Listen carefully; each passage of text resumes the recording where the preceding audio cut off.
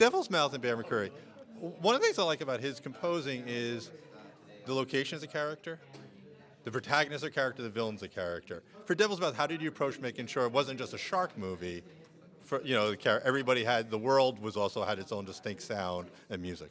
Yeah, for the Devil's Mouth, one of the first things I talked about with Bear was that we wanted the location and the caves themselves to have their own theme, because you wanted to really feel that our characters had gone someplace special, and we needed to both portray the sort of the wonder and the beauty of Thailand and the cave system, but then it had to slowly sort of transition into something more foreboding and something more dangerous, and we needed to do both. And instead of focusing on the shark, that's really what became the focus of the music for Bear and for me, and I thought that was so smart of him to land on that instead of making more of a meal, pardon the pun, out of the shark.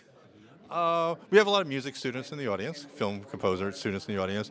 What traits that Bear McCreary has as a collaborator with you would you recommend music students to kind of pursue in composers, like when they collaborate with a director?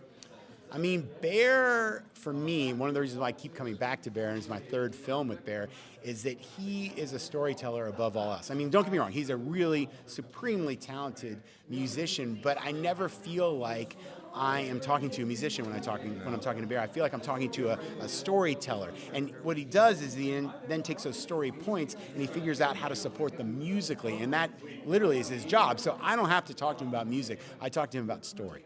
And my last directing question, was your cast upset when you decided you wanted to go with real sharks?